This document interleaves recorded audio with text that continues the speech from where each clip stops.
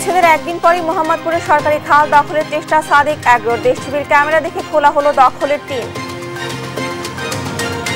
রাজস্ব বর্জন ও মতিউর তৈরির কারখানা জব্দ। এনবিআরের আরেক কর্মকর্তার স্থাবর সম্পত্তি অবরুদ্ধ 14 জনের 87টি ব্যাংক হিসেব। ভারত বিরোধিতার নামে যারা আন্দোলনের ইস্যু খুঁজেন তারা ভুল পথে হাঁটছেন। আওয়ামী লীগের প্রতিষ্ঠাবার্ষিকীর সাইকেল র্যালিতে বললেন কাদের।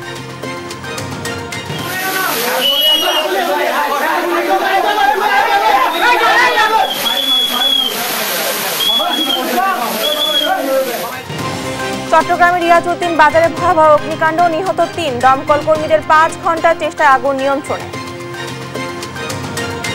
এবং বস্তায় মূল্য লেখা বাধ্যতামূলক হলেও বাস্তবায়ন নেই চাল বাজারে। বেপরোয়া মিল মালিকরা বাস্তবায়নের কাজ চলছে দাবি প্রশাসনের।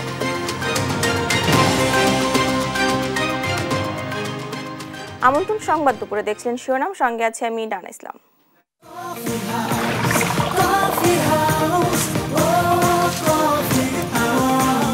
কফি হাউস, প্রতি চুমুকে আড্ডা জমে। এবারে বিস্তারিত। উচ্ছেদ শেষ না হতেই রাতের আধারে মোহাম্মদপুরের রামচন্দ্রপুর খাল দখলে নিয়েছে আলোচিত সাদেক এগ্রো। বাঁশ ও দড়ি দিয়ে সীমানা তৈরি করেছে তারা, যা করা হয়েছে আগের থেকে অনেকটা খালের মধ্যে। এছাড়া অপর প্রান্ত থেকে রাতের মধ্যেই টিনের বেড়া তৈরি করে ইউল্যাব। অবশ্য দেশ টিভির ক্যামেরা দেখে তড়িঘড়ি করে সরিয়ে নেয় তারা। বিষয়টি ঊর্ধ্বতন কর্মকর্তাদের জানানো হয়েছে বলে জানিয়েছে ঢাকা উত্তর সিটি কর্পোরেশন।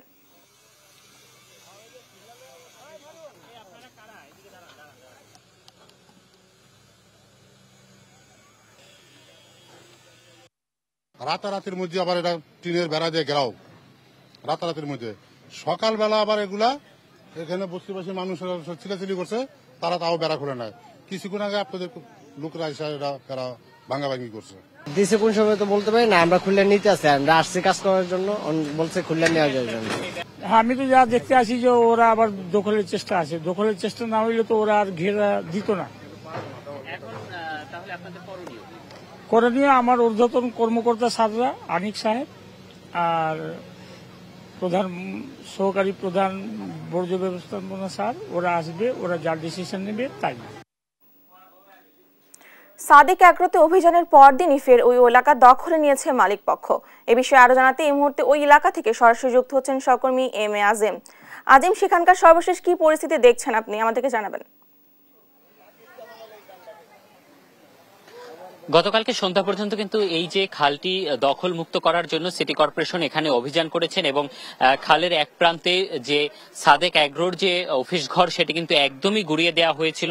আমি এই মুহূর্তে সেই জায়গাটিতেই কিন্তু রয়েছি এবং আমরা এখানে সকালে কিন্তু এসে দেখেছি যে তারা কিন্তু ঠিক এই জায়গা থেকে কিন্তু একটি বাঁশ এবং দড়ি দিয়ে একটি বেড়া তৈরি করে একদম তাদের শেষ মাথা পর্যন্ত তারা নিয়েছিলেন এবং যেটি কিন্তু আমরা দেখেছি যে গতকালকে তাদের যে অংশটি ছিল সেটি থেকেও কিছুটা খালের ভিতরে নিয়ে তারা কিন্তু সেই দড়িটি দিয়েছিলেন এবং তারপরে কিন্তু আমরা যখন এখানে ছবি নেওয়া শুরু করি তারপরে কিন্তু সেটি তড়িঘড়ি করে এখান থেকে খুলে নেওয়া হয় এবং তার কিছুক্ষণ পরে কিন্তু একজন শ্রমিক এসে আমাদেরকে বাধা তৈরি করেছিলেন। এই মুহূর্তে আমরা দেখছি যে সিটি কর্পোরেশনের যে উচ্ছেদ টিম বা যে যন্ত্রাংশগুলো দিয়ে সিটি কর্পোরেশন উচ্ছেদ চালান সেই মেশিনগুলো কিন্তু এখানে আবারও আনা হয়েছে এবং তাদের এগুলো আনার পরে কিন্তু আমরা দেখেছিলাম সকালে কিছু মালামাল কিন্তু এগুলো থেকে সরিয়ে নেওয়া হচ্ছিল এবং এই মুহূর্তে আবারও কিন্তু কার্যক্রম কিছুটা বন্ধ রয়েছে বলা চলে এবং সেটির কারণ হতে পারে কিছুক্ষণ আগে কিন্তু এখানে বৃষ্টি হয়েছে, সেই বৃষ্টির পরপরই কিন্তু এটি বন্ধ করা হয় এবং তারপরে আমরা দেখেছি যে দুই পাশে যারা রয়েছেন তারা কিন্তু এখানে যারা উচ্ছেদের জন্য এসেছেন তাদের সাথে কথা বলছেন এবং বসছেন এবং তাদের যে কাগজপত্র সেটি দেখানোর চেষ্টা করছেন এবং তারা যেটি বলছেন যে তাদের নিজস্ব জমি রয়েছে এবং গতকালকে কিন্তু আমাদের এখানে যে উচ্ছেদ অভিযানের নেতৃত্ব দিয়েছেন নির্বাহী ম্যাজিস্ট্রেট তিনি কিন্তু বলেছিলেন যে 4% জমি দেখিয়ে কিন্তু সাদেক এগ্রো প্রায় 1 বিঘা জমি দখলের চেষ্টা করছেন এবং 1 বিঘা জমি তারা দখলে রেখেছিলেন, যার ফলে কিন্তু তারা সেটি ভেঙে দিয়েছিলেন। তবে আজকে কিন্তু আবারও সেই তাদের নিজস্ব জমি বলে তারা দাবি করছেন এবং সেই জায়গা থেকে কিন্তু তারা বাধা সৃষ্টি করছেন। এর বাইরে কিন্তু আজকে আরেকটি পার যেটি খালটির অপর প্রান্তে রয়েছে ইউল্যাব, সেই ইউল্যাবের প্রান্তেও কিন্তু একটি দখলের চিত্র আমরা দেখেছি। আপনাকে যদি একটু দেখানোর চেষ্টা করি, গতকালকে ইউল্যাবের যে সীমানার যে বাউন্ডারি ছিল সেটির যে পিলারগুলো ছিল সেই পিলারগুলোও কিন্তু সিটি কর্পোরেশন থেকে ভেঙে দেওয়া হয় এবং সেগুলো খালের মধ্যে আসায় কিন্তু ভেঙে ফেলা হয়। কারণ আমরা দেখেছিলাম যে সিটি কর্পোরেশনের যে কর্মকর্তারা এখানে এসেছিলেন তারা কিন্তু প্রথমে ম্যাপ ধরেছেন এবং জমি মেপেছেন, তারপরে ভেঙেছেন। সেই জায়গাটিতে কিন্তু বলা চলে যে তাহলে ইউল্যাবের যে সীমানা প্রাচীর ছিল সেটিও কিন্তু তারা ভেঙে ফেলে। কিন্তু আজকে সকালে আমরা দেখেছি যে সেই সীমানা প্রাচীর থেকে প্রায় 100 ফিট ভিতরে এসে তারা কিন্তু একটি টিনের বেড়া তৈরি করেছিলেন, যেটি খালের যে সীমানা দেয়া রয়েছে তারও অনেকটা ভিতরে, এবং সেটি একটি বলা চলে যে বাঁশ এবং টিন দিয়ে একটি বেড়া তারা তৈরি করেছিলেন। এবং সেই বেড়াটি কিন্তু আমরা যখন ছবি নেওয়া শুরু করি তার কিছুক্ষণ পর দেখা যায় যে 8 থেকে 10 জন শ্রমিক নিয়ে এসে তারা তড়িঘড়ি করে সেই টিনের বেড়াটি খুলে ফেলেন এবং সেটি কিন্তু তারা নিয়ে অপর প্রান্তে চলে যান। তখন আমরা এখানে যারা নিরাপত্তার দায়িত্বে ইউল্যাবের নিজস্ব নিরাপত্তা রক্ষী রয়েছেন তাদের সাথে কথা বলেছি। তারা আমাদেরকে বলেছেন যে তাদের এখানে যে মালামাল রয়েছে সেই মালামালগুলোর নিরাপত্তায় তারা রয়েছেন এবং সেটিই তারা করছেন। এবং আমরা তাদেরকে বলেছিলাম যে এবং আপনারা দেখতে পাচ্ছেন যে এখানে কিন্তু ইউল্যাবের কোনো মালামাল এখানে নেই, যার ফলে তারা যে কিছু সরিয়ে নেবেন বা কেউ যে নিয়ে যাবেন সেটি কিন্তু বলা চলে না। সেক্ষেত্রে স্পষ্ট হয়ে ওঠে যে তারা যে এই বস্তিবাসী সরে যাওয়ার পর যে ফাঁকা জমিটি সেটি কিন্তু তারা একটি দখলের পায়তারা করছিলেন। এবং সিটি কর্পোরেশন থেকে যখন এখানে কর্মকর্তারা এসেছেন আমরা তখন তাদের সাথে কথা বলেছি, তারা কিন্তু এখানে এই মুহূর্তে আবারও যে ভেঙে ফেলার যে মেশিনগুলো সেগুলো তারা এখানে নিয়ে এসেছেন এবং এগুলো দিয়ে কিন্তু তাদের উচ্ছেদ কার্যক্রম চলমান রাখবেন। এর বাইরে যে অংশগুলো যেখানে সাদেক এগ্রোর যে অংশ ভেঙে ফেলা হয়েছে পিছনের অংশ, সেখানে আমরা দেখেছিলাম যে এই ভাঙা অংশের ভিতরে যে রাখা থাকে, যেখানে ছাগলগুলো রাখা ছিল সেই অংশটি কিন্তু বলতে গেলে অর্ধেকের বেশিই গতকালকে ভেঙে ফেলা হয়েছে। এবং সেই যে অংশ সেই অংশে কিন্তু আমরা দেখেছি যে সকালে আবারও ছাগল রাখা হয়েছিল এবং এই জায়গাটির যেই জায়গা থেকে ভাঙা হয়েছে তার অনেকটা ভিতরে এসে কিন্তু একটি বাঁশ এবং দড়ি দিয়ে বেড়া দেওয়া হয়েছিল এবং ভিতরে তারা আবারও ছাগল ঢুকিয়েছিলেন। এবং এই চিত্রটি বলা চলে যে তারা আসলে আবারও যে দখলের চেষ্টায় বা দখলের যে চিন্তা ভাবনা নিয়ে এই কাজটি করেছেন। এবং এর কিছুক্ষণ পরে কিন্তু আসলে আমরা একজন শ্রমিকের বাধার মুখে পড়ি এখানে, এবং তিনি আমাদেরকে প্রশ্নবিদ্ধ করেন যে আপনারা কেন এটি দেখাচ্ছেন। তো আমরা যখন তাকে বলি যে আপনাকে এই বেড়া দেওয়ার আসলে পারমিশন কে দিয়েছেন, তখন কিন্তু তিনি কথা না বলতে পেরে এখান থেকে চলে গিয়েছেন। এবং এই যে চিত্রটি বস্তিবাসী কিন্তু এর আগেই আমাদেরকে অভিযোগ করেছিলেন যে তারা যদি এখান থেকে সরে যায় তারপরেও কিন্তু আসলে এই খালের জায়গাটি আসলে প্রভাবশালীরা দখলে নেবেন। এবং সেটি কিন্তু আমরা বলা চলে যে উচ্ছেদের রাত পার না হতেই আমরা সেই চিত্রটি এখানে দেখেছি এবং সেই চিত্রটি এখনো তারা বলছেন যে তারা সরে যাওয়ার পরে এটি হবে। সেক্ষেত্রে তাদের দাবি হচ্ছে যেহেতু তারা সরে গিয়েছেন এই জায়গাটি যাতে খাল খনন করে খালের যে নাব্যতা সেটি ফিরে আনা হয়। এবং গতকালকে কিন্তু সিটি কর্পোরেশনের এখানকার যে স্থানীয় ওয়ার্ড কাউন্সিলর তিনি কিন্তু আমাদেরকে বলেছিলেন যে তিনি উচ্ছেদ অভিযান শেষ করার পরপরই কিন্তু আসলে এখানে খাল খননের কার্যক্রম শুরু করবেন। এবং সেই জায়গাটি কিন্তু আমরা দেখছি যে খাল খনন এক প্রান্তে চলছে, ঠিক অপর প্রান্তেই আবার দখলের চেষ্টাটিও অনেকে করে যাচ্ছেন। এবং এটি আসলে বলা চলে যে খাল যদি খনন করাও হয় তারপরেও যে আসলে দখল হবে না সেটি কিন্তু এই মুহূর্তে বলা যাচ্ছে না। তো এই ছিল আমার কাছে মোহাম্মদপুরের রামচন্দ্রপুর খালের উচ্ছেদ অভিযানের সবশেষ। ধন্যবাদ আপনাকে। সাদেক এগ্রোর দখল অভিযান নিয়ে জানাছিলেন আমাদের সহকর্মী। জাতীয় রাজস্ব বোর্ড যেন মতিউর তৈরির কারখানা, এবার জব্দ হলো এনবিআর এর আরেক কর্মকর্তার ব্যাংক হিসেব। দুদকের অনুসন্ধানী রিপোর্টের ভিত্তিতে বোর্ডের প্রথম সচিব কাজী আবু মাহমুদ ফয়সালের নামে বেনামে থাকা সব স্থাবর সম্পত্তি জব্দ করার আদেশ দিয়েছেন আদালত। এই কর্মকর্তা সহ মোট 14 জনের 87টি ব্যাংক হিসেব ফ্রিজ করা হয়েছে। আরো জানাচ্ছেন কায়েস রাহাত। অনুসন্ধানে বেরিয়ে আসছে জাতীয় রাজস্ব বোর্ডের একের পর এক থলের বেড়াল। মতিউরের ছাগল কাণ্ডের পর এবার দুদক জালে ধরা পড়েছে আরেক কর্মকর্তা কাজী আবু মাহমুদ ফয়সাল। তার বিরুদ্ধে রয়েছে বিশাল দুর্নীতির অভিযোগ। মানি লন্ডারিং, ঘুষের বিনিময়ে কর কর্মকর্তাদের বদলি বাণিজ্য, আয়করদাতাদের ভয় ভীতি প্রদর্শন করে অর্থ গ্রহণ সহ রয়েছে এর মাধ্যমে 1,000 কোটি টাকা আত্মসাতের অভিযোগ। অবৈধ এই অর্থের বিনিময়ে স্ত্রী শ্বশুরের নামে রাজধানীর বিভিন্ন জায়গায় কিনেছেন বিপুল পরিমাণ স্থাবর অস্থাবর সম্পত্তি, প্লট, জমিজমা সহ নামে বেনামে কিনেছেন কোটি কোটি টাকার সঞ্চয়পত্র।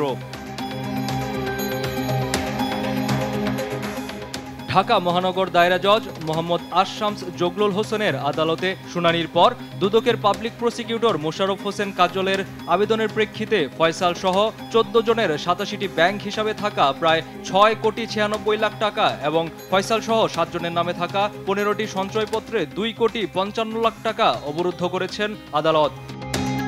কায়েস রাহাত, দেশ টিভি, ঢাকা। সম্প্রতি ছাগলকাণ্ডে আলোচিত রাজস্ব বোর্ডের সাবেক সদস্য মতিউর রহমানের আত্মীয় স্বজনের আয়েশি জীবন এখন যেন দুর্বিষহ হয়ে উঠেছে। বিপদে পড়ে দাঁড়ে দাঁড়ে সাহায্য চাইছেন মতিউর, কিন্তু পাশে নেই পরিবার। উল্টো বাবার প্রতি ক্ষোভ জানিয়ে কেটে পড়েছেন কানাডায় বিলাসী জীবন কাটানো মেয়ে ফারজানা রহমান ইশপিতাও। মতিউর রহমান কাণ্ডে নতুন সমালোচনার জন্ম দিয়েছে বাংলাদেশ ব্যাংক গভর্নরের সাথে তার হজের একটি ছবিও। বিস্তারিত সাদাত নিশাদের রিপোর্টে। বিশ্বখ্যাত ম্যাকলারেন ব্র্যান্ডের বিলাসবহুল গাড়ির ছবি সহ সামাজিক যোগাযোগ মাধ্যমে ভাইরাল হয়েছেন সাবেক এনবিআর সদস্য মতিউর রহমানের প্রথম স্ত্রীর মেয়ে ফারজানা রহমান ইপসিতা। ছাগলকাণ্ডে আলোচনায় আসার পর প্রথমে বাবার পক্ষ নিয়ে কথা বললেও পিতার বিরুদ্ধে একের পর এক অভিযোগ আসার পর অবস্থান পাল্টাচ্ছেন তিনিও। যার টাকায় কানাডায় তার বিলাসবহুল জীবন, সেই বাবাকেই দোষারোপ করছেন ইস্পিতা। স্বজনদের কাছে ভয়েস মেসেজে ক্ষোভ প্রকাশ করেন তিনি। মতিউর ধোঁকা দিয়েছেন উল্লেখ করে ছেড়ে না দেওয়ার হুমকিও দেন ইপসিতা। আমার বাবার নিয়ে আমার এখন কোনো ইচ্ছাই নেই তার প্রতি করার। আমার তার উপর জিদ, সে আমার মারে ধোঁকা দিছে, সে আমারে ধোঁকা দিছে, আমার ভাইরে ধোঁকা দিছে, আমার ভাইয়ের একটা বাচ্চা হয়েছে, সে আমাদের ধোঁকা দিছে, আমি তাকে ছাড়ব জীবন না। এক ছাগলেই শেষ মতিউর। আয়ের বিপরীতে তার এবং তার পরিবারের সদস্যদের বিলাসী জীবন প্রকাশ্যে আসায় জাতীয় রাজস্ব বোর্ডের কাস্টমস, এক্সাইজ ও ভ্যাট আপিলের ট্রাইব্যুনাল থেকে বাদ পড়েছেন। হারিয়েছেন সোনালী ব্যাংকের পরিচালক পর্ষদের পদও। স্থগিত হয়েছে মতিউর সহ তার স্ত্রী সন্তানদের 8টি ব্যাংক হিসাব এবং পুঁজিবাজারে বেনিফিশিয়ারি ওনার্স অ্যাকাউন্ট। এমন অবস্থায় বিপদ থেকে রক্ষায় দাঁড়ে দাঁড়ে সাহায্য চাইছেন মতিউর। সবশেষ কাস্টমসের সহকর্মীদের পাশে চান তিনি। অবিলম্বে বিসিএস কাস্টমস অ্যাসোসিয়েশনের বিবৃতি চান তিনি। এ বিষয়ে অনুরোধ জানিয়ে কর্মকর্তাদের হোয়াটসঅ্যাপ গ্রুপে আবেগঘন দীর্ঘ বার্তা পাঠাচ্ছেন মতিউর। এদিকে রাজস্ব কর্মকর্তা হয়েও ফাঁকি দিয়েছেন বিপুল পরিমাণ রাজস্ব। শুধু রাজধানীর পূর্বাচলে দলিল রেজিস্ট্রির সময় জমির মূল্য কম দেখিয়ে স্বামী স্ত্রী মিলে ফাঁকি দিয়েছেন 1,54,36,000 টাকার বেশি রাজস্ব। ছাগলকাণ্ডের পর প্রকাশ্যে আসে মতিউরের প্রথম স্ত্রী নরসিংদীর রায়পুরা উপজেলা পরিষদের চেয়ারম্যান লাইলা কানিজ লাকির অডেল সম্পত্তির তথ্য। বেশ কিছুদিন আত্মগোপনে থাকার পর প্রকাশ্যে আসেন তিনি। বৃহস্পতিবার বেলা 12টার দিকে ব্যক্তিগত গাড়িতে করে উপজেলা পরিষদে আসেন লাকি। পরে আসন্ন এইচএসসি ও সমমানের পরীক্ষার প্রস্তুতি সভায় অংশ নেন তিনি।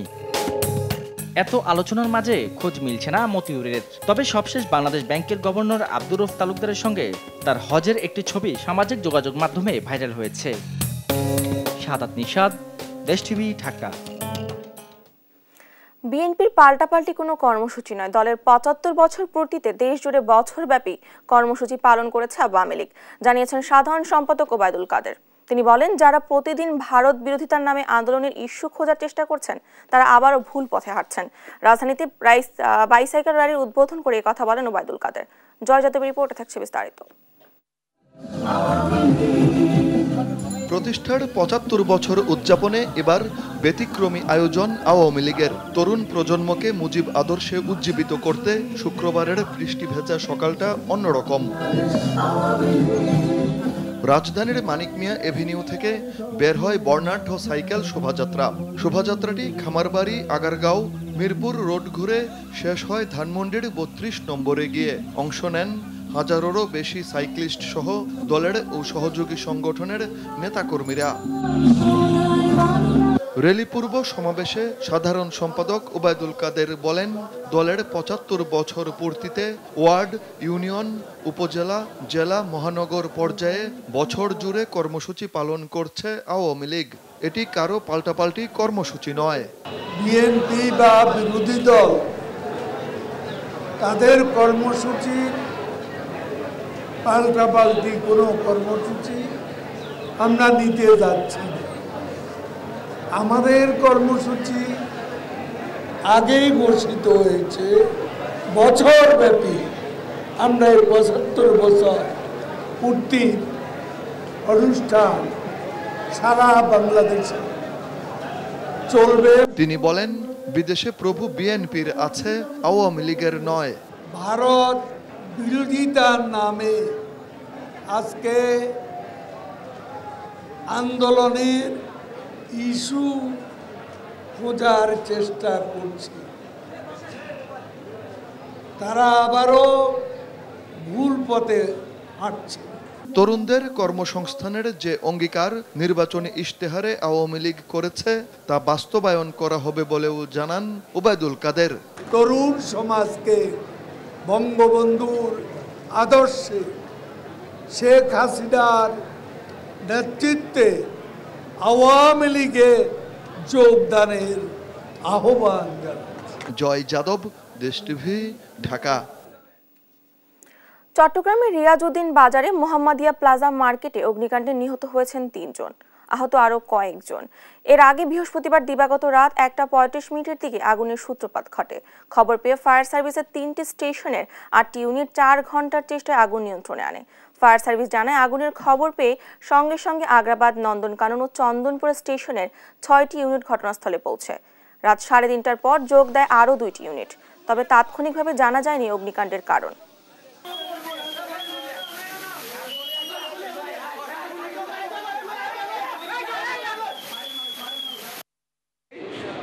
আমি আজকে শুক্রবার, বৃহস্পতিবার বাড়ি চলে গেছি। আমি বাড়িও গেছি, বলতেছে দোকানে আগুন লাগছে নিচে 2 তলায়। তখন আমি শুনছি আর কি ও 5 তলায় থাকে। আমি বলছি তুই 6 তলায় বের হয়েছে, তো বলছি আধা ঘন্টা কথা বলছি। ও বাথরুমে ঢুকে বসে আছে কি আমার ওখানে। কি নাম ওর? কজন লাশ নিয়ে আসছেন? আমি আনছি 2টা, আমরা কিন্তু 4 জন, আর 2 জন শরীর নিয়ে আহত। বাগেরহাটের শরণখোলার রায়েন্দা 5 রাস্তা মোড় এলাকায় অগ্নিকাণ্ডে পুড়ে ছাই 20টি দোকান। বৃহস্পতিবার রাত 10:30টার দিকে আগুনের সূত্রপাত হয়। পরে ফায়ার সার্ভিস ও স্থানীয়দের 1 ঘন্টার চেষ্টা ও মুষলধারে বৃষ্টি শুরু হলে আগুন নিয়ন্ত্রণে আসে। স্থানীয় ব্যবসায়ীদের দাবি, আগুনে অন্তত 2 কোটি টাকার ক্ষতি হয়েছে। তাদের অভিযোগ, ফায়ার সার্ভিস ঘটনাস্থলে আসতে দেরি করছেন। তবে ফায়ার সার্ভিস বলছে ঠিক সময়ে পৌঁছেছেন তারা।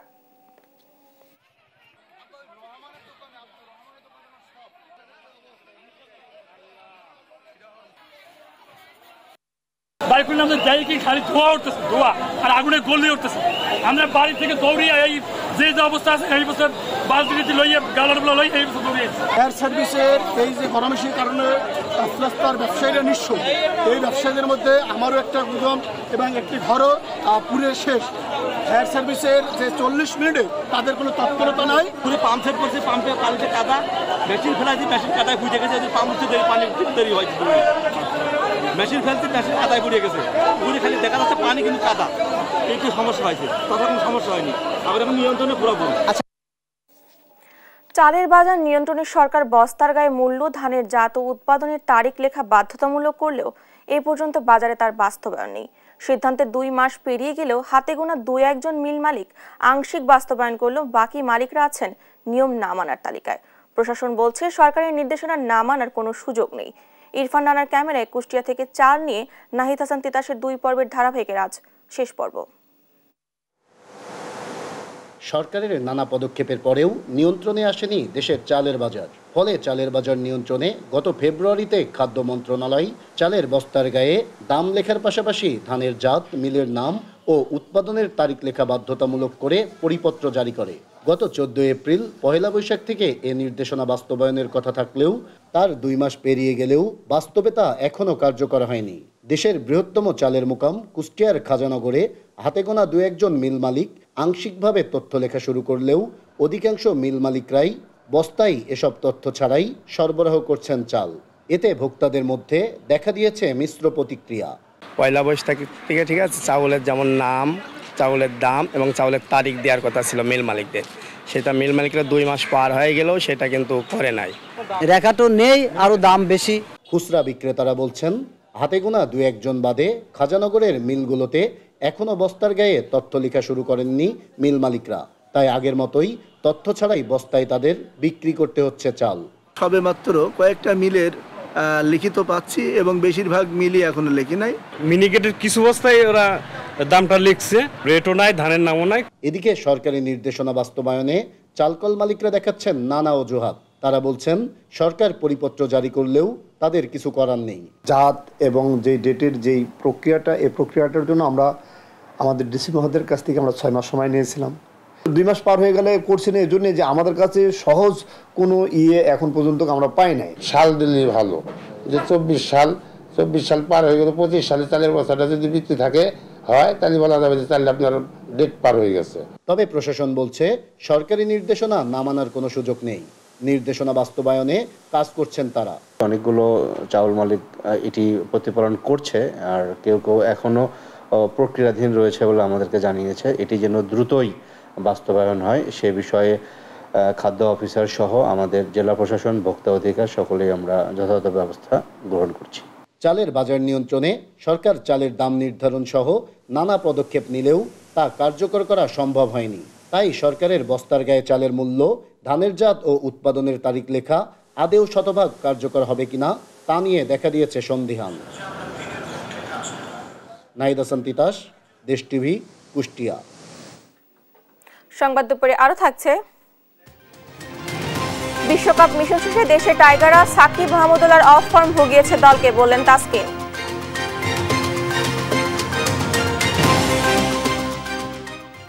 একটু বৃষ্টিতেই তলিয়ে যায় রাজধানী, তৈরি হয় চরম জলাবদ্ধতা। এরই মধ্যে 2 সিটি কর্পোরেশন ড্রেন ও খাল পরিষ্কার সহ নানা উদ্যোগ নিল, তাদের নজরে আসেনি ফ্লাইওভারের ড্রেনেজ ব্যবস্থা। সামান্য বৃষ্টিতেই ফ্লাইওভার থেকে পানি পড়ে সরাসরি সড়কে, ফলে জলাবদ্ধতা সহ তৈরি হচ্ছে খানাখন্দ।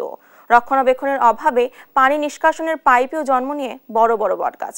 যোগাযোগ বিশেষজ্ঞরা বলছেন লক্ষ্য পূরণে ব্যর্থ হচ্ছে দেশের যোগাযোগ অবকাঠামো। বিস্তারিত নিয়াজ মোর্শেদের প্রতিবেদনে।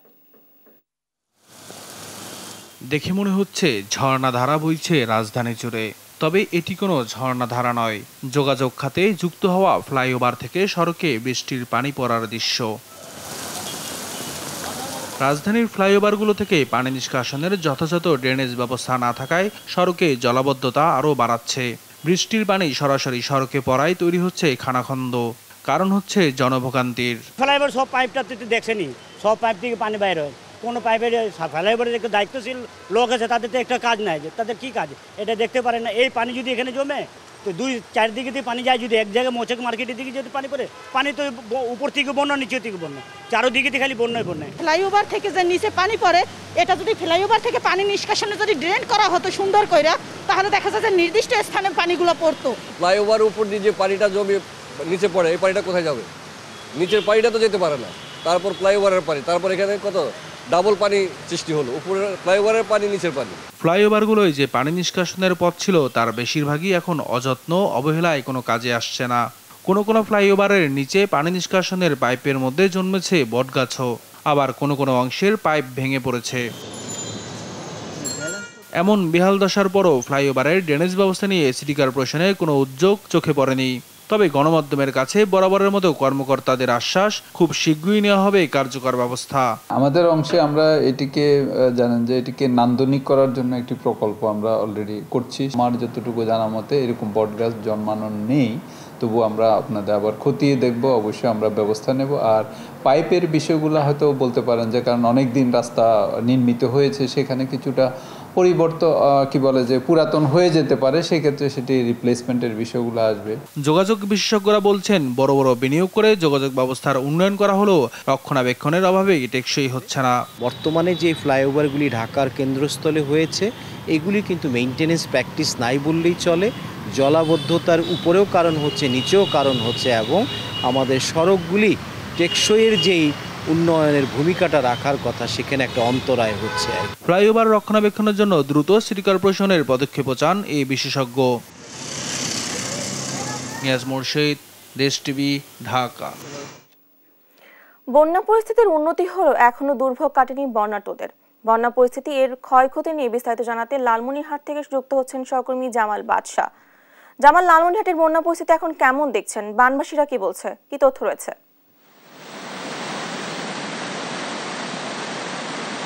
আসলে লালমনিরহাটে বন্যা পরিস্থিতির বৃদ্ধি হয়েছে এবং গত 18 তারিখ থেকে 21 জুন পর্যন্ত যে স্বল্পমেয়াদী বন্যা হয়েছিল সেই পানি নেমে যাওয়ার পর কিন্তু গত কালকে হঠাৎ সকালবেলায় আবারও তিস্তার পানি বৃদ্ধি পেয়ে বিপদসীমার মাত্র 18 সেন্টিমিটার নিচ দিয়ে প্রবাহিত হয়েছে এবং সেই পানিও কিন্তু আজকে একেবারে নেমে গিয়ে বিপদসীমার 63 সেন্টিমিটার নিচ দিয়ে প্রবাহিত হয়েছে। পানির এই হঠাৎ বৃদ্ধি এবং হ্রাসের কারণে কিন্তু নদীর তীরবর্তী কয়েকটি পয়েন্টে ভাঙন দেখা দিয়েছে এবং ভাঙন প্রতিরোধে পানি উন্নয়ন বোর্ড আমাদেরকে জানিয়েছে তারা আপৎকালীন কাজ হিসেবে জিও ব্যাগ ফেলে ভাঙন প্রতিরোধের চেষ্টা করছে। আমরা নদী তীরবর্তী বাসিন্দাদের সাথে কথা বলেছি, তারা আমাদেরকে জানিয়েছেন তাদের যে হতাশার কথা, এই তিস্তার পানি হঠাৎ বৃদ্ধি এবং হ্রাসের কারণে তাদের নির্ঘুম রাত কাটছে। অর্থাৎ এই হঠাৎ বৃদ্ধি পাওয়ার কারণেই কিন্তু নিম্নাঞ্চলে পানি ঢুকে ভোগান্তির সৃষ্টি করছে, আবার পানি নেমে যাওয়ার পরপরেই কিন্তু নদী ভাঙনের সৃষ্টি হচ্ছে। আসলে এবছর আমি যদি একটি তথ্য জানিয়ে রাখি, এবছর কিন্তু এ পর্যন্ত তিস্তার যে ডালিয়া ব্যারেজ পয়েন্ট রয়েছে সেই ডালিয়া ব্যারেজ পয়েন্টে বিপদসীমার অতিক্রম করেনি পানি বিপদসীমা অতিক্রম না করলেও কিন্তু এবার সহ দ্বিতীয়বার কিন্তু তিস্তার পানি বৃদ্ধি পেল এবং নদী তীরবর্তী যে বাসিন্দারা রয়েছে দুইবার তারা ভোগান্তির শিকার হলেন। এই হঠাৎ নিম্নাঞ্চল থেকে পানি নেমে যাওয়ায় গ্রামীণ কিছু রাস্তাঘাটের ক্ষয়ক্ষতি হয়েছে এবং নদী ভাঙ্গনে কিন্তু এরই মধ্যে 3টি বাড়ি বসতভিটা নদীগর্ভে বিলীন হয়েছে এবং গতকালকেও কিন্তু লালমনিরহাটের কালমাটি এলাকার 2টি বাড়ি অন্যত্র সরিয়ে নেওয়া হয়েছে। আসলে নদীর এই হঠাৎ পানি বৃদ্ধি এবং কমার জন্য দায়ী হিসেবে নদী তীরবর্তী বাসিন্দারা আমাদেরকে জানিয়েছেন যে নদীতে কিন্তু পানি ধারণ ক্ষমতা একেবারেই কমে এসেছে। পানি উন্নয়ন বোর্ডও কিন্তু একই সুরে জানিয়েছেন যে গত বছর ভারতের যে সিকিমের বাঁধ ভেঙে পানির সাথে যে পলি এসেছে সেই পলি পড়ে তিস্তার গর্ভ ভর্তি হয়ে পানি ধারণ ক্ষমতা অনেকটাই কমে গিয়েছে। এর ফলেই কিন্তু তিস্তায় অল্প পানিতে নিম্নাঞ্চল প্লাবিত হওয়ার ঘটনা ঘটছে এবং পানি আবার নেমে যাওয়ার সাথে সাথে নদী ভাঙ্গনের সম্মুখীন হতে হচ্ছে। সব মিলিয়ে নদী ভাঙ্গন প্রবণ যে এলাকাগুলো রয়েছে এবং নদী তীরবর্তী বাসিন্দারা যারা রয়েছেন তারা আমাদেরকে জানিয়েছেন যে এ থেকে পরিত্রাণের জন্য একাধিকবার প্রতিশ্রুতি তারা পেয়েছিল, তবে সেই প্রতিশ্রুতির কিন্তু কার্যকরী পদক্ষেপ গ্রহণ করা হয়নি। এছাড়া সরকারের পক্ষ থেকে তিস্তা মহাপরিকল্পনা বাস্তবায়নের একটি প্রতিশ্রুতি ছিল, সেই তিস্তা মহাপরিকল্পনাও কিন্তু এ পর্যন্ত আলোর মুখ দেখেনি। আসলে তিস্তা নদী তীরবর্তী যে বাসিন্দারা রয়েছে তাদের এই দুর্ভোগ প্লাবিত এবং দীর্ঘমেয়াদী বা স্বল্পমেয়াদী বন্যা এবং নদী ভাঙ্গনের যে কবল থেকে তাদের স্থায়ীভাবে যদি বাঁচানো যায় সেক্ষেত্রে কিন্তু নদী খনন অথবা তিস্তার মহাপরিকল্পনা দ্রুত বাস্তবায়নের জন্য কার্যকরী পদক্ষেপ নেওয়া জরুরি হয়ে পড়েছে। এই ছিল লালমনিরহাটের তিস্তার সর্বশেষ খবর। ধন্যবাদ আপনাকে। লালমনিরহাট থেকে বন্যার সর্বশেষ পরিস্থিতি জানাচ্ছিলেন আমাদের সহকর্মী। দেখছেন সংবাদ দুপুর।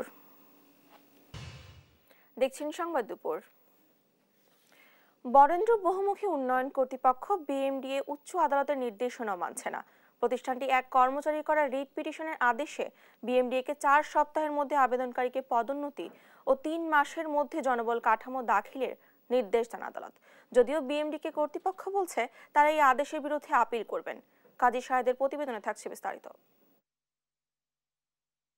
সহকারী মেকানিক থেকে উপসহকারী প্রকৌশলী, সিনিয়রকে টপকে জুনিয়র পদোন্নতি পেয়েছেন। দাখিল পাশ করেও পদোন্নতি পেয়ে হয়েছেন প্রকৌশলী। বরেন্দ্র বহুমুখী উন্নয়ন কর্তৃপক্ষে এমন পদোন্নতির ঘটনা ঘটেছে নির্বাহী পরিচালক আব্দুর রশিদের হাত ধরে। বিএমডিএর সহকারী মেকানিক নাহিদ আলীর করা রিট পিটিশনের পর এমন ঘটনা প্রকাশ্যে আসে। আমি মেকানিক হিসেবে আছি, আমার যারা জুনিয়র তাদেরকে উপসহকারী প্রকৌশলী করছি। আমি অনেকবার ডিপার্টমেন্টে আবেদন করছি যে আমার যারা জুনিয়র তারা আমার টপকায় প্রমোশন নিয়েছে, আমাকে দেওয়া হোক। বারবার তাগিদা দেওয়ার পরেও আমাকে প্রমোশন দেয়নি। গত 20 মে বিচারপতি KM কামরুল কাদের ও বিচারপতি খিজির হায়াতের যৌথ বেঞ্চে শুনানি শেষে নাহিদ আলীকে পদোন্নতি ও 3 মাসের মধ্যে জনবল কাঠামো হাইকোর্টে উপস্থাপনের আদেশ দেন। মাননীয় বিচারপতি উনি যে অর্ডার দিয়েছেন সেখানে বলা হয়েছে 4 সপ্তাহের মধ্যে এটা নিষ্পত্তি করতে হবে এবং সেই সাথে তিনি বলেছেন যে বরেন্দ্র বহুমুখী উন্নয়ন কর্তৃপক্ষের যে অর্গানোগ্রাম সে অর্গানোগ্রামটা দাখিল করতে। যদিও আদালতের সেই নির্দেশনা মানছে না বিএমডিএ কর্তৃপক্ষ। সংস্থাটির নির্বাহী পরিচালকের দাবি আদালতের ওই আদেশের বিরুদ্ধে আপিল করবেন তারা। আমরা আদালতের সেই কপিটা আমরা পেয়েছি, আমরা আইনগতভাবে মোকাবেলা করার জন্য অলরেডি আমরা প্রস্তুতি নিয়েছি। দীর্ঘদিন ধরেই জনবল কাঠামো নিয়ে অসন্তোষ আছে বিএমডিএতে। চেয়ারম্যান ও নির্বাহী পরিচালকের বিরুদ্ধে অভিযোগ আছে ইচ্ছেমতো পদোন্নতি দেয়ার। কাজী শাহেদ, দেশ টিভি, রাজশাহী। সংবাদ দুপুরে আরো থাকছে molesting a woman in public, for doing a whole range of things. of having sex with a porn star. He doesn't want to do it. He's become like a Palestinian, but they don't like him because he's a very bad Palestinian. He's a weak one. মার্কিন president নির্বাচন ঘিরে প্রথম TV বিতর্কে বাক্যবাণে জর্জরিত Biden Trump, গর্ভপাত, পররাষ্ট্র ও মূল্যস্ফীতি নিয়ে উত্তাপ। এবারে খেলার খবর। টি-20 বিশ্বকাপের দ্বিতীয় সেমিফাইনালে ইংল্যান্ডকে 68 রানে হারিয়েছে ভারত। বর্তমান চ্যাম্পিয়নদের উড়িয়ে দিয়ে ফাইনালে পৌঁছে গেল রোহিত শর্মার দল। আকসার প্যাটেল ও কুলদীপের স্পিন ভেলকিতে কুপকাত হয়েছে ইংলিশ ব্যাটাররা। 3 উইকেট নিয়ে ম্যাচ সেরা হয়েছেন আকসার। তৌসিফুল হাসানের রিপোর্টে থাকছে বিস্তারিত। বৃষ্টির কারণে গায়ানার প্রভিডেন্স স্টেডিয়ামে প্রায় 1.5 ঘন্টা দেরিতে খেলা শুরু হয়। টস জিতে শুরুতে ভারতকে ব্যাটিংয়ে পাঠায় ইংল্যান্ড। তৃতীয় ওভারে অলরাউন্ডার রিস টপলির বল সোজা গিয়ে আঘাত করে বিরাট কোহলির স্টাম্পে। 1 ডাউনে নামা ঋষভ আউট হন মাত্র 4 রানেই। 8 ওভার শেষে বৃষ্টি এসে বাধা দেয়। পুনরায় খেলা শুরু হওয়ার পর পিচ বেশ স্লো হয়ে পড়েছিল। তবুও তৃতীয় উইকেট জুটিতে রোহিত ও সূর্যকুমার মিলে 73 রানের দাপুটে পার্টনারশিপ করেন। অধিনায়ক রোহিত তুলে নেন ক্যারিয়ারের 32তম half century. English spinner Adil রাশিদের বলে আউট হন তিনি। 47 রান করা সূর্যকুমারকে আউট করেন পেসার জোফরা আর্চার। মিডল অর্ডারে পান্ডিয়া ও জাদেজা কিছু বাউন্ডারি হাঁকিয়ে দলীয় সংগ্রহকে নিয়ে যান 171 রানে। জবাবে ব্যাট করতে নেমে শুরুতে বেশ ছন্দেই খেলছিলেন ইংল্যান্ড ওপেনার সল্ট ও অধিনায়ক বাটলার। চতুর্থ ওভারে আকসারের বলে রিভার্স সুইপ খেলতে গিয়ে উইকেট কিপার ঋষভের হাতে সহজ ক্যাচ তুলে দেন বাটলার। পরের ওভারে বুমরাহ তুলে নেন সল্টের উইকেট। বাঁহাতি স্পিনার আকসার পরপর স্পেলে এসে বেয়ারস্টো ও মঈন আলীকে আউট করলে বিপাকে পড়ে বর্তমান চ্যাম্পিয়নরা। এরপর আরেক বাঁহাতি স্পিনার কুলদীপ এসে ইংল্যান্ডের মিডল অর্ডারকে গুড়িয়ে দিলে আর ঘুরে দাঁড়াতে পারেনি বাটলারের দল। শেষে আর্চার 2 ছক্কা ও 1 বাউন্ডারিতে 21 রান করলে কোনো মতে ইংলিশদের রান 103-এ পৌঁছে। তিনি বুমরার বলে এলবিডব্লিউর শিকার হলে শেষ হয়ে যায় ইংল্যান্ডের ইনিংস। গেল বিশ্বকাপের সেমিতে বাটলারদের কাছেই হেরে বিদায় নিয়েছিল রোহিত শর্মারা। অস্ট্রেলিয়াকে বিদায়ের পর ইংল্যান্ডকে হারিয়ে আরও একটি বদলা নিল টিম ইন্ডিয়া। ফাইনালের প্রতিপক্ষ সাউথ আফ্রিকা। শনিবার রাতে জানা যাবে কার মাথায় উঠবে শ্রেষ্ঠত্বের মুকুট। Mohammad তৌসিফুল Hasan, sports desk, Desh TV. বিশ্বকাপ শেষে দেশে ফিরেছে বাংলাদেশ জাতীয় ক্রিকেট দল। সকাল 9টায় হযরত শাহজালাল আন্তর্জাতিক বিমানবন্দরে পৌঁছায় বাংলাদেশ দল। এবারে আসরে গ্রুপ পর্বে 3 জয় পেলেও সামগ্রিকভাবে খুব একটা ভালো কাটেনি বাংলাদেশ দলের। বিশেষ করে সুপার 8-এ প্রথম 2 ম্যাচে বাজেভাবে হারে টাইগাররা। এরপরও শেষ ম্যাচে আফগানিস্তানকে হারিয়ে সেমিফাইনালে খেলার সুযোগ থাকলেও জিততে পারেনি শান্তর দল। দেশে ফিরে বিমানবন্দরে গণমাধ্যমে কথা বলেন পেসার তাসকিন আহমেদ। দলের এই পারফরম্যান্সের দল এবং ভক্তরা হতাশ বলে জানান তিনি। পাশাপাশি সেজন্য দুঃখ প্রকাশও করেন।